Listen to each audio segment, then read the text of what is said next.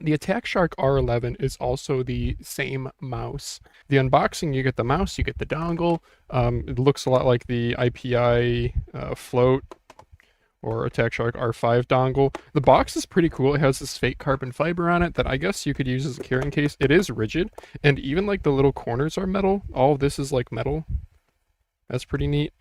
Accessories were a very stiff, thick charging cable and grip tape and extra skates. The grip tape actually has the texturing to it. The glare is bad, but it has like the same texturing as the mouse has. So the Qi, I know it's available in purple and black. The R11 is available in this and in this. These two texture ways, let's call it. And that's the first thing I want to talk about with the mouse is actually the texturing.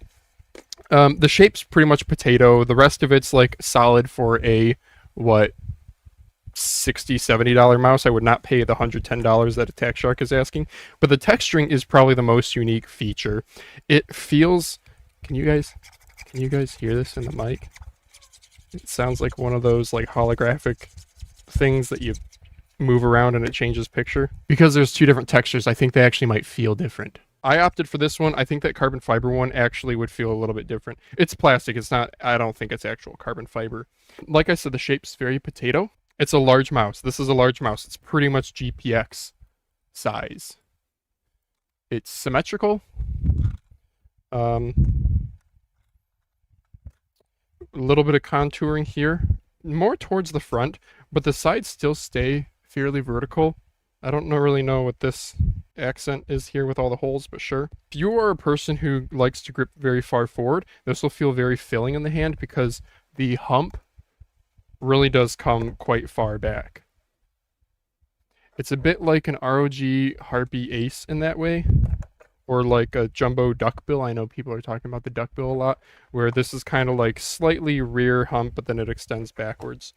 The buttons, let's talk about the buttons. M1 and M2 are fine. They feel fine for a mechanical, but they have a little bit too much pushback. Like after the actuation, it like feels rather firm. We'll see if there's foam in there. Very little side to side play. A little bit. It looks worse than it actually feels.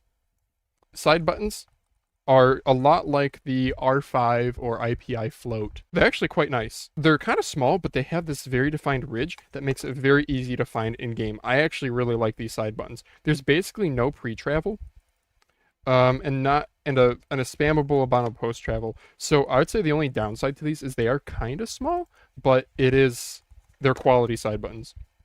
Scroll wheel is like, it's good. It's like 7 out of 10 tactility while still being pretty quiet. The kind of bronze accent on the wheel looks very nice. It matches the text on the mouse too.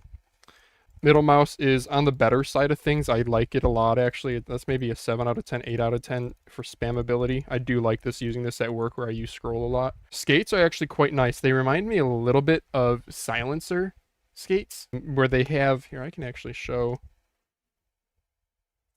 They have like a thick black adhesive to them that's kind of squishy a little bit. This is not like silencer level where it's 3 layers, but they're still quite nice. And the spare skates are the same exact ones. They don't seem to be any different. Slight edge rounding to them, like to see it. And forward bias sensor, which is also nice to see.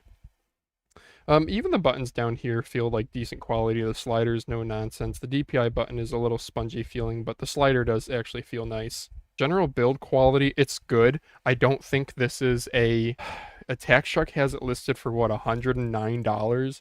Dude, no. Duckbill coming at $129? No. I got this after Rakuten and everything for I think around $50-$60. I think I paid out the door like 75-ish, and for that it's not a bad buy. It's not a bad buy if you think you're gonna like the shape. I think the really unique things about it are the colorway is just it looks really good in person. It really does. It has almost a holographic effect, and the bronze it's tasteful yet gives some flair. Me personally, I considered selling it. We're gonna mod it and see if I like it more because the clicks are a little bit spongy for me. So why don't we get into the disassembly?